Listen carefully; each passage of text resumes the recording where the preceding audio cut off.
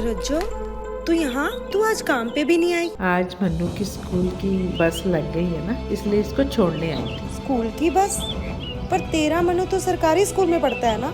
हाँ जी दीदी, अब सरकारी स्कूलों में 200 बसें चल पड़ी हैं, जिसका फायदा मेरे मन्नू जैसे 10,000 बच्चों को होगा। सरकारी स्कूलों ਨੂੰ भी बहुत शानदार बसां ਅਸੀਂ देवांगे। पहले बैच वास्ते 20,000 बच्चे ਦਾ ਅਸੀਂ प्रबंध कर रहे हैं। नमस्कार, आप सभी लोगों का स्वागत है। आप देख रहे हैं द रेड माइक और इस कार्यक्रम का नाम है द रेड माइक पैसा। द रेड माइक पैसा के इस एपिसोड में आज हम बात करेंगे म्यूचुअल फंड्स की। आप जानते हैं कि 2020 के बाद, हालांकि म्यूचुअल फंड सही हैं, ऐसा एक एड कैंपेन तो बहुत टाइम से चल रहा था। म्यूचुअल फंड्स भी कोई नई चीज नहीं है, मार्केट में इसके बारे में सब लोग जानते हैं, लोग निवेश भी कर रहे हैं, उसका फायदा भी उठा रहे हैं। लेकिन ये जैसे कि वो जल्दी से ऐड आता है ना कि इसमें subject to market risks, please read the offer document carefully, ये बाजार में जोखिम के अधीन है, कृपया डॉक्यूमेंट अच्छे से पढ़ें, ये वो बताता है। 2020 में कोविड के बाद बहुत सारे लोग म्यूचुअल फंड की ओर गए, उन्होंने इसमें निवेश किया, और जब मार्केट उछला, स्टॉक मार्केट उछला, तो वो एप्स में देख देख के लोगों को बड़ा अच्छा लगा कि मेरा पैसा ऊपर जा रहा है।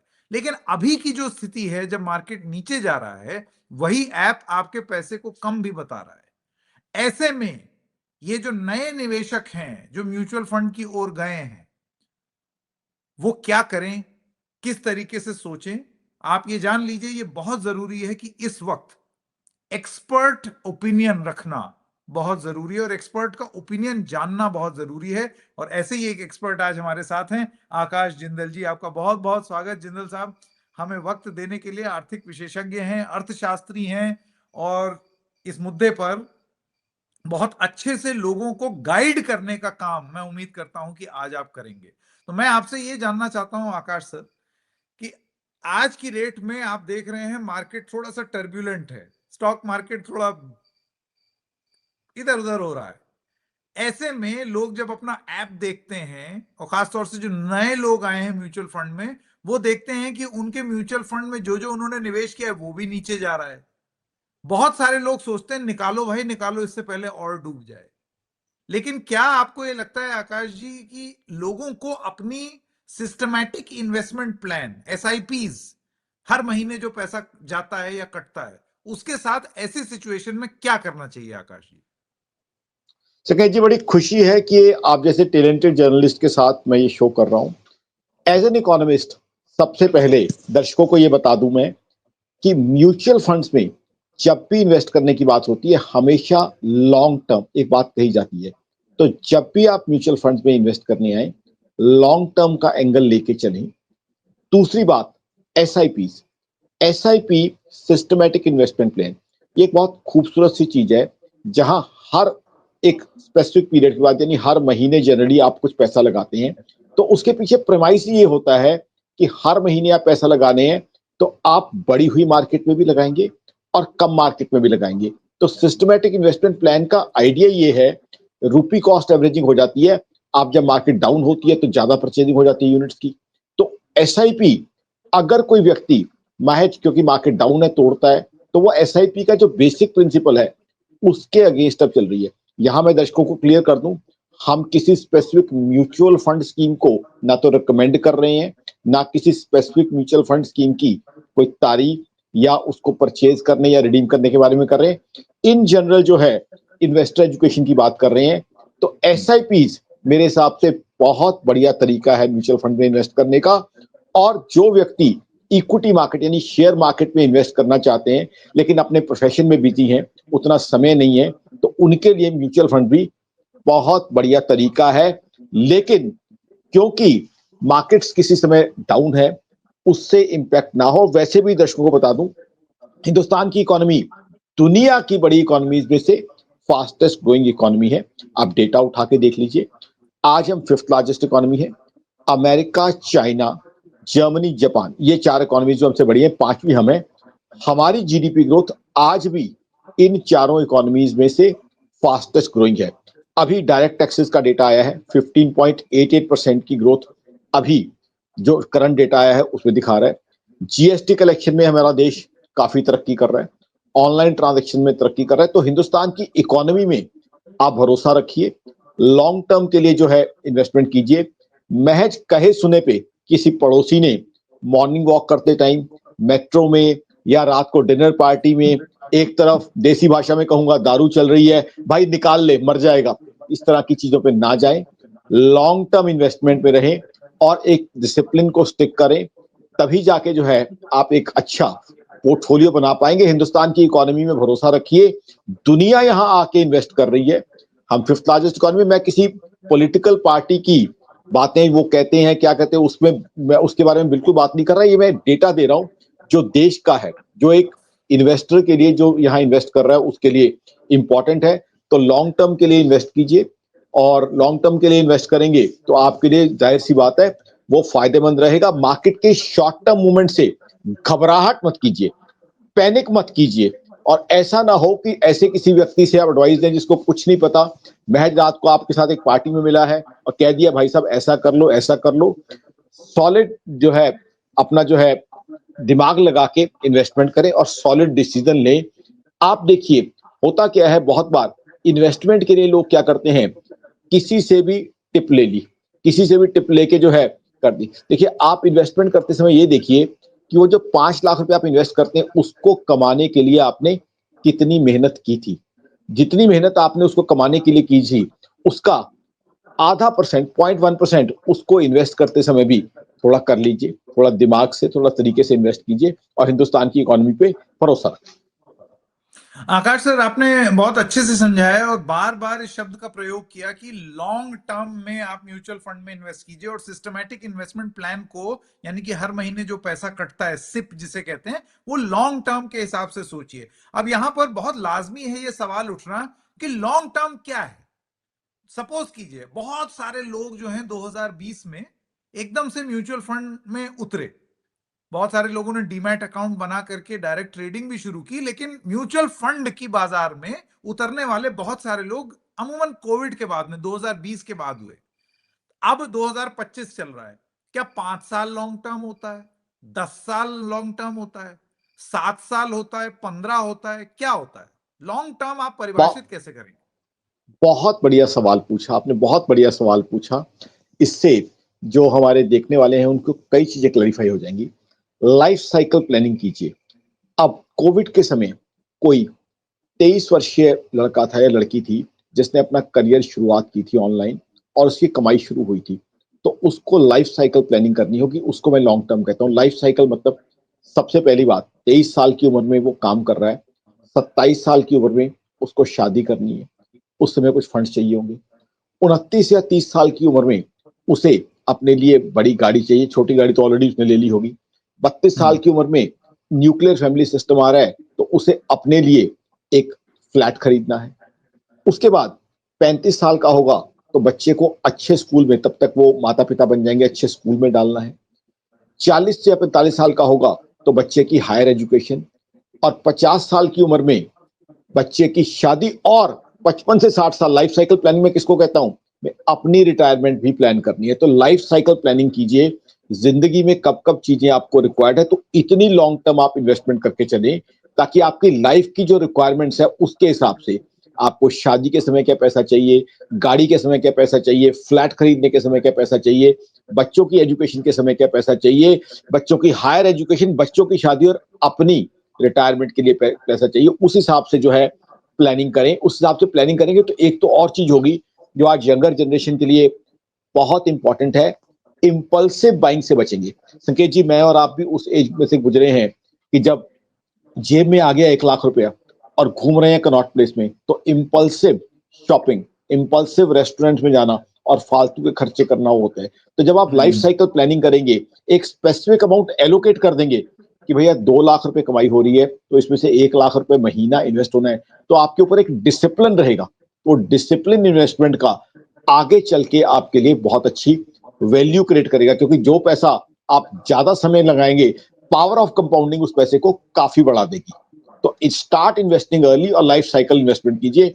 लॉन्ग टर्म जो है परिभाषा ये है, जनरली आप लाइफ साइकिल प्लानिंग के बिना कहें तो 3 से 5 साल लॉन्ग टर्म कहा जाता है, बट ओवरऑल मैं रिकमेंड करूंगा लाइफ साइकिल प्लानिंग करें, क्योंकि जिंदगी की रिक्वायरमेंट के हिसाब से इंसान पैसा जोड़ता है।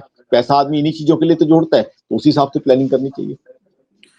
तो आकाश जी, आपने जैसे बोला कि अगर आपको एक लॉन्ग टर्म सोचना है, तो अगर आप उसको परिभाषित करते हैं 5 साल, तो जी मार्केट में अगर जैसे मैं एकदम ही एग्जांपल देख लूं, आज से 5 साल पहले हमारी मार्केट कहां थी, शेयर बाजार, और आज कहां है, अगर आप सिर्फ जी वो आंकड़ा देख लेंगे तो आपको एक बड़ा ग्रोथ दिखाई देगा, और फिर ये ऊपर जाएगा नीचे जाएगा। लेकिन अगर आप एक लंबे अंतराल में देखते हैं, या किसी भी लॉन्ग टर्म फेज में अगर आप मार्केट की को देखेंगे, तो हमेशा आपको वो ऊपर ही दिखाई देगा। शॉर्ट जी टर्म में हो बिल्कुल। सकता है वो ऊपर नीचे हो। देखिए शॉर्ट टर्म में क्या होता है, वो ट्रेडिंग आ जाती है और कुछ हद तक सट्टा भी हो जाता है। शॉर्ट टर्म में बहुत चीजें इंपैक्ट करती हैं। लॉन्ग टर्म में आप देखें, सेंसेक्स हमारा किस लेवल से शुरुआत हुई थी, अब सेंसेक्स किस लेवल में पहुंचा हुआ है। 5 साल का कोई भी सर पीरियड आप कोविड में लगा तो के देख बीस लीजिए। हजार हो गया था। कोविड में तो 20,000 पे चला गया। कोविड में जो है हमारी मार्केट जो है सेंसेक्स के इस लेवल पे तो नहीं आया था, लेकिन सेंसेक्स हमारा काफी डाउन आ गया था। तो उसके हिसाब से देखें तो आज की तारीख में ग्रोथ है। और फिर जो है हिंदुस्तान की इकोनॉमी ग्रो कर रही है लगातार। जब हिंदुस्तान की इकोनॉमी ग्रो करेगी तो जाहिर सी बात है यहाँ के लोगों की परचेजिंग पावर और डिमांड लगातार बढ़ रही है। संकेत जी, आप तो जानते हैं, आप बहुत टैलेंटेड जर्नलिस्ट हैं। यूरोप में, यूएस में जब भी हिंदुस्तान की बात होती है तो हिंदुस्तान की बहुत तारीफ की जाती है कि यहाँ की कंजम्पशन, यहाँ की बाइंग पावर, यहाँ की डिमांड वो बढ़ती जा रही है। प्राइवेटाइजेशन का कल्चर आ रहा है, लोग ज्यादा से ज्यादा कंज्यूम कर रहे हैं। तो कहीं ना कहीं हमारे डेमोग्राफिक्स हमारी इकोनॉमी को बहुत तरक्की दे रहे हैं। इसीलिए तो दुनिया भर की मल्टीनेशनल यहाँ सामान बेचने आ रही हैं। मैं ये चीजें इसलिए समझा रहा हूँ ताकि लोगों को समझ आ सके कि लोग इंडियन इकोनॉमी में लॉन्ग टर्म के लिए भरोसा रखें। जैसे आपने सेंसेक्स के अलग अलग लेवल्स की बात कही है, तो उससे जो है आप एक अच्छा पोर्टफोलियो लॉन्ग टर्म के लिए बिल्ड कर पाएंगे।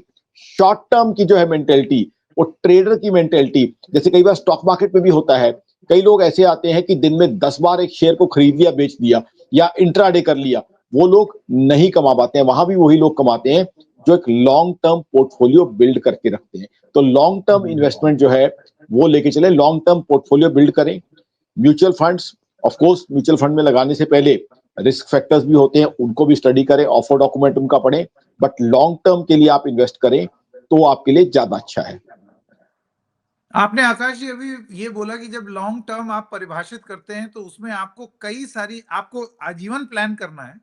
जैसे 23 जी साल में शुरू किया और काफी आगे तक प्लान किया, लेकिन आपको जैसे आज से 7 साल बाद मेरी क्या रिक्वायरमेंट हो सकती है, 10 साल बाद क्या हो सकती है, 12 साल बाद हो सकती है, वो आपका दिमाग में रहना चाहिए और उस हिसाब से प्लानिंग होनी चाहिए।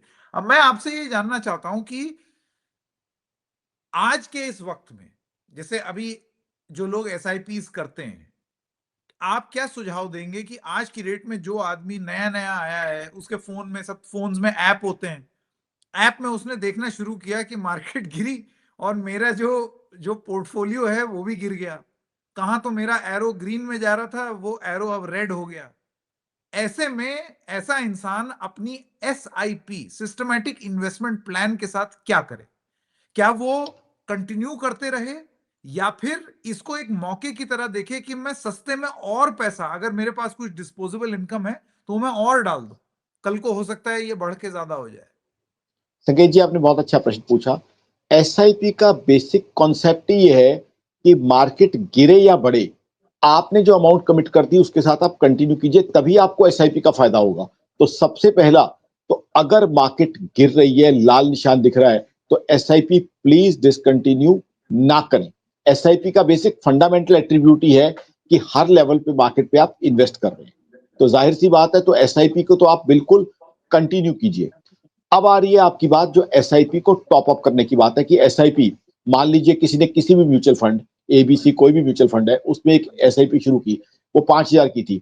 उसके बाद जैसे ही आपकी इनकम बढ़ती है, सैलरी बढ़ती है, मैं कहता हूं कि आपकी सैलरी थी 1 लाख, 1,10,000 हो रही है, तो 5,000 उसमें और टॉप अप कीजिए, ताकि उसको आप जो है आगे चल के उसको कंटिन्यू कर सके, उसको आगे बढ़ा सके। तो उसके अंदर जो है आप उसको टॉप अप कीजिए, उसके अंदर एड ऑन कीजिए।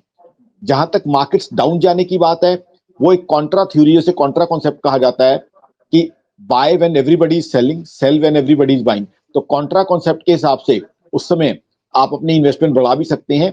बट ओवरऑल मेरा ये मानना है जब आपकी इनकम बढ़ जाती है तब आप जो है उसके अंदर और डेफिनेटली ऐड कीजिए। बहुत इंटरेस्टिंग है। आपने अभी ये बोला ना कि buy when everyone is selling and sell when everyone is buying.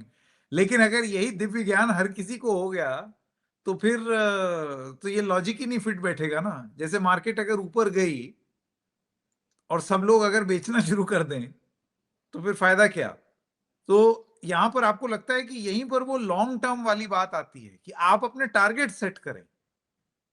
जी, बहुत जरूरी है आप अपने टारगेट सेट करें, क्योंकि अल्टीमेटली आप पैसा किस लिए लगा रहे हैं? जिंदगी के गोल्स अचीव करने के लिए पैसा किस लिए कमाया जा रहा है? पैसा सिर्फ, आप तो जानते हैं कि पैसा सिर्फ इसलिए नहीं कि पैसा इकट्ठा करके जो है तिजोरियों में या बोरियों में भरा जाए। पैसा इसीलिए कमाया जा रहा है कि कल को घर बनाना है, कल को बड़ी गाड़ी लेनी है, बच्चों के लिए एजुकेशन देनी है, अपनी रिटायरमेंट प्लानिंग करनी है। तो जिंदगी के गोल सेट करें। जिंदगी के गोल जब सेट करके चलेंगे आप, तो आप पैनिक का शिकार भी नहीं होंगे, डिसिप्लिन्ड इन्वेस्टमेंट चलेंगे, और साथ ही साथ आप जो है घबराहट नहीं करेंगे, रेगुलर बेस पे आप इन्वेस्ट करते जाएंगे। जैसी आपकी इनकम बढ़ेगी तो आप एसआईपीस को बढ़ाएंगे। कोई विंडफॉल गेन हो गया, मान लीजिए कोई पिताजी के जमाने की प्रॉपर्टी थी, इनहेरिट की आपने, ऑल ऑफ अ सडन बहुत बढ़ गई वो, उसमें आपको फायदा आ गया, या कंपनी से ही आपको जो है आपने कंपनी के शेयर्स मिले हुए थे, ईसॉप्स जिसे आज की तारीख में कहा जाता है, उसी से आपको एक विंडफॉल गेन आ गया, तो उसको जो है बजाय एक इंपल्सिव शॉपिंग करने की कि चलो आप आज स्विट्जरलैंड, यूएस, यूरोप सारा कुछ घुमाता हूं, उस पैसे का कुछ हिस्सा इन्वेस्ट कीजिए। तो आपकी लाइफ साइकिल प्लानिंग अच्छी हो जाएगी, सुगम हो जाएगी। और जो संकेत ने कहा कि एकदम घबराहट हो गई कि आज मार्केट गिर गई, ओ मर गए, उससे आप बच जाओगे। तो उस तरह की आप life cycle planning long term के लिए कीजिए। किस तरीके के दोस्तों से दूर रहना चाहिए आज की डेट में, जो खास तौर से नए लोग हैं जो म्यूचुअल फंड के बाजार में आए हैं? देखिए, जो बिना नॉलेज के महज एक चीज कह रहे हैं, हाँ जी मार्केट गिर गई, खत्म हो गया सब कुछ, ये कुछ हो गया, ऐसे लोगों से आप बच के चलिए। आप इन्वेस्ट कर रहे हैं एक देश के अंदर, एक इकोनॉमी के अंदर, हिंदुस्तान की इकोनॉमी के अंदर, कॉन्फिडेंस रखिए। एक चीज याद रखिए दोस्तों, जब दुनिया भर के इन्वेस्टर्स हिंदुस्तान आ रहे हैं, ग्लोबल इन्वेस्टर्स हिंदुस्तान आ रहे हैं, लोग पीई वेंचर कैपिटल का पैसा लगाने, बड़े बड़े इन्वेस्टर्स यहां आ रहे हैं, दुनिया हिंदुस्तान की इकोनॉमी में कॉन्फिडेंस रख रही है, हम अपनी इकोनॉमी में कॉन्फिडेंस खोए तो ये बात तो सही नहीं है। और हिंदुस्तान इस समय इकोनॉमी हमारी ग्रो कर रही है, तो इकोनॉमी में ग्रोथ में कॉन्फिडेंस रखिए, लॉन्ग टर्म के लिए इन्वेस्ट कीजिए और लॉजिकली सोचिए, इमोशनल ना होए। जब भी इन्वेस्टमेंट का डिसीजन है, इमोशंस और सेंटिमेंट्स को दूर रखें, लॉजिक से चलें। लॉजिक से चलेंगे तो जो बातें संकेत जी ने अभी बातें कही हैं वो बिल्कुल सही रहेंगी। इमोशंस और सेंटिमेंट्स में ना जाए। इमोशन और सेंटिमेंट, कोई हिंदी फिल्म का गाना सुन रहे हैं उस समय इमोशन और सेंटिमेंट एग्जिबिट कीजिए, बहुत अच्छी बात है, लेकिन इन्वेस्टमेंट के समय प्लीज इमोशन और सेंटिमेंट की जगह लॉजिक और कूल थिंकिंग करें। मैं आपकी बात से जो समझ पा रहा हूं आकाश जी, ये वो हो गई कि पहले जब 1 रुपए लगा करके एक केला मिल रहा था, तो जब आपका स्टॉक मार्केट गिरता है तो आपको 1 रुपए लगा करके 1.5 या 2 केले भी मिल सकते हैं। तो ऐसी सिचुएशन में आप वो ले डालिए, फिर कभी एक ऐसा वक्त आएगा जब आपके पास जो केले हैं उनकी बड़ी, मतलब मैं यहां पर एक एग्जाम्पल की तरह केला ले रहा हूं, तो ये क्या जी आपको देखिए, लगता है ये होता ही लॉजिक है जो लोगों को एसआईपीज में समझना चाहिए कि ज्यादा ज्यादा देखिए क्वांटिटी मिलेगी जब दाम कम एसआईपी होगा? में तो एसआईपी में तो सेम अमाउंट आप कंटिन्यू कीजिए, क्योंकि जैसे ही जो है उसका रेट कम होगा आपको नंबर ऑफ यूनिट्स ज्यादा मिल जाएंगे, तो नंबर ऑफ यूनिट्स उस म्यूचुअल फंड के ज्यादा मिल जाएंगे, क्योंकि उसकी एनएवी डाउन जाएगी तो नंबर ऑफ यूनिट्स आपको ज्यादा मिल जाएंगे। जब मार्केट अप होगी तो नंबर ऑफ यूनिट्स आपको कम अलॉट होंगे, तो आप वहीं इन्वेस्टेड है। लेकिन कई बार होता क्या है, अब एग्जांपल देता हूं, अभी रशिया यूक्रेन वॉर स्टार्ट होती है, रशिया यूक्रेन वॉर स्टार्ट होती है, एकदम पैनिक आ जाता है मार्केट्स में, बट वो चीज हमेशा तो कंटिन्यू रहनी नहीं, अल्टीमेटली वो चीज खत्म भी होगी, तो कभी ना कभी उस चीज की रिजम्पशन होगी। तभी तो कहता हूं कि इमोशन और सेंटिमेंट्स में ना जाए कि एक चीज ऐसी हो गई है अब घबरा गए हैं ऑल ऑफ सडन, ऐसा ना करके चीज को लॉजिकली प्लानिंग करें। और एसआईपी अगर आपने शुरू किया तो उसे कंटिन्यू करें, क्योंकि एसआईपी इक्विटी म्यूचुअल फंड में इन्वेस्ट करने का बहुत बढ़िया तरीका है। सबसे इंपॉर्टेंट चीज जो मैं अगेन रिपीट कर रहा हूं, आपके ऊपर एक डिसिप्लिन रहेगा कि हाँ इतना पैसा लगाना है।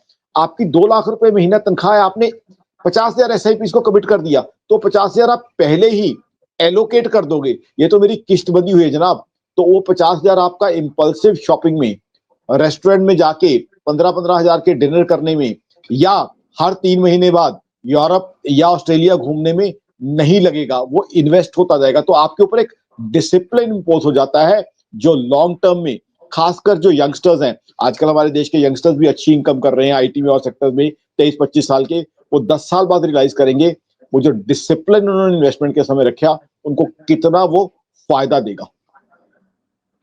आकाश जी, मेरा आखिरी सवाल, और अभी आपने क्योंकि इक्विटी की बात की, इक्विटी फंड की, ये म्यूचुअल फंड भी 2 तरीके के होते हैं मोटे मोटे, इक्विटी फंड और डेट फंड। डेट फंड में limited loss limited gain, equity fund में जरा रिस्क ज्यादा है, तो वो उसमें आपको गेन भी हो सकता है ज्यादा मिले, लेकिन रिस्क भी ज्यादा है। ऐसे में आज की स्थिति में लोग क्या करें? देखिए, किस तरीके होता के क्या है, फंड में वो ज्यादा अपना इंटरेस्ट दिखाएं? मैं सिर्फ नौसिखियों की बात कर रहा हूं। हाँ, इक्विटी और डेट दोनों का जो है मिक्सचर रखना चाहिए। वैसे तो ये डिपेंड करता है कि आपका जो है रिस्क टेकिंग कैपेसिटी क्या है, किस एज ग्रुप में है, उस हिसाब से है, लेकिन दोनों का मिक्सचर होना चाहिए, क्योंकि डेट जो है उसके अंदर वॉलेटिलिटी या फ्लक्चुएशन उतनी जनरली नहीं होती जितनी इक्विटी में है। तो दोनों का मिक्सचर रखें, उसमें बेसिकली देखें कि आपकी रिस्क एपिटाइट क्या है, कितनी आपकी रिस्क टेकिंग कैपेसिटी है, आपकी एज के हिसाब से, आपकी इनकम के हिसाब से, आपके प्रोफाइल के हिसाब से, आपका रिस्क एपिटाइट जो है उसके हिसाब से इक्विटी और डेट का जो है मिक्सचर रखें। नहीं तो ये मिक्सचर कितना होना चाहिए सर? अमूमन कितना? 50-50, 60-40, मतलब कितना? जैसे मैंने आपको बताया, आपका रिस्क एपिटाइट होना, आपका रिस्क एपिटाइट कितना है? क्या इक्विटी के डाउन जाते को आपका दिल घटता है? देसी भाषा में बात करूं तो जाहिर सी बात है इक्विटी कम होनी चाहिए। अगर आप जो है इमोशन में नहीं बहते तो इक्विटी ज्यादा रख सकते हैं। बाकी फिर आपकी एज ग्रुप के हिसाब से है, आप क्या उस एज पे हैं कि आप रिस्क लेना चाहते हैं, क्या आप यंग एज पे रिस्क टेकिंग कैपेबिलिटी थोड़ी ज्यादा होती है क्योंकि आगे आपने अर्न करना है। जो सीनियर एज पे हैं, आगे जाके अर्निंग की कैपेबिलिटी कम हो जाती है। तो बेसिकली अपने आप से बात करें, first talk to yourself, introspect करें कि आपका रिस्क एपिटाइट क्या है। अपने रिस्क एपिटाइट के हिसाब से इक्विटी और डेट का मिक्सचर जो है, ये जवाब आपको आपके अंदर से मिलेगा कि कितना रिस्क जो है आप लेने में कंफर्टेबल है, कितने रिस्क के साथ जो है आप आगे चल सकते हैं। तो उस हिसाब से आपको इक्विटी और डेट का जो है मिक्सचर लेना चाहिए। अगेन यहाँ पे क्लैरिफाई कर दूं मैं लास्टली कि म्यूचुअल फंड जब भी लें, रिस्क फैक्टर्स ऑफर डॉक्यूमेंट पढ़ें, और यहाँ हम किसी भी स्पेसिफिक म्यूचुअल फंड या किसी स्कीम को रिकमेंड नहीं कर रहे हैं। इन जनरल मैं और संकेत जो कर रहे हैं, इन्वेस्टर्स एजुकेशन जो है, ताकि लोगों को नॉलेज दे सके, लोगों को इंफॉर्मेशन डिसेमिनेशन दे सके, ताकि जो है वो इमोशंस और पैनिक में ना आके एक अच्छा लॉन्ग टर्म पोर्टफोलियो बिल्ड कर सके। उस चीज की हम उसे एडवाइस दे रहे हैं। आई थिंक जो मोटा मोटा की टेकअवेज हैं आकाश जी आपसे बात करके, वो तो ये है कि म्यूचुअल फंड, खास तौर से जब मार्केट नीचे जाती है, तो आप हमेशा म्यूचुअल फंड की इन्वेस्टमेंट को लॉन्ग टर्म इन्वेस्टमेंट मान करके चलें। ये आपने एक पहली बात बताई।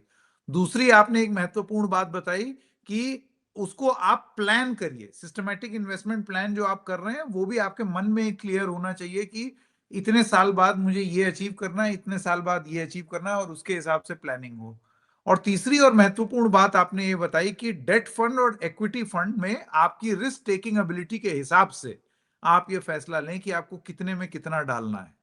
मुझे ये 3 मोटी मोटी बातें आपसे जो बात करके वो पता लगी। और डिसिप्लिन, और चौथी चीज है डिसिप्लिन रखें इन्वेस्टमेंट में, और इमोशंस और सेंटिमेंट्स के बेस पे अपने इन्वेस्टमेंट डिसीजंस ना लें। लॉन्ग टर्म इन्वेस्ट करें और लाइफ साइकिल प्लानिंग की तरफ चले, वो आपके लिए ज्यादा अच्छा होगा।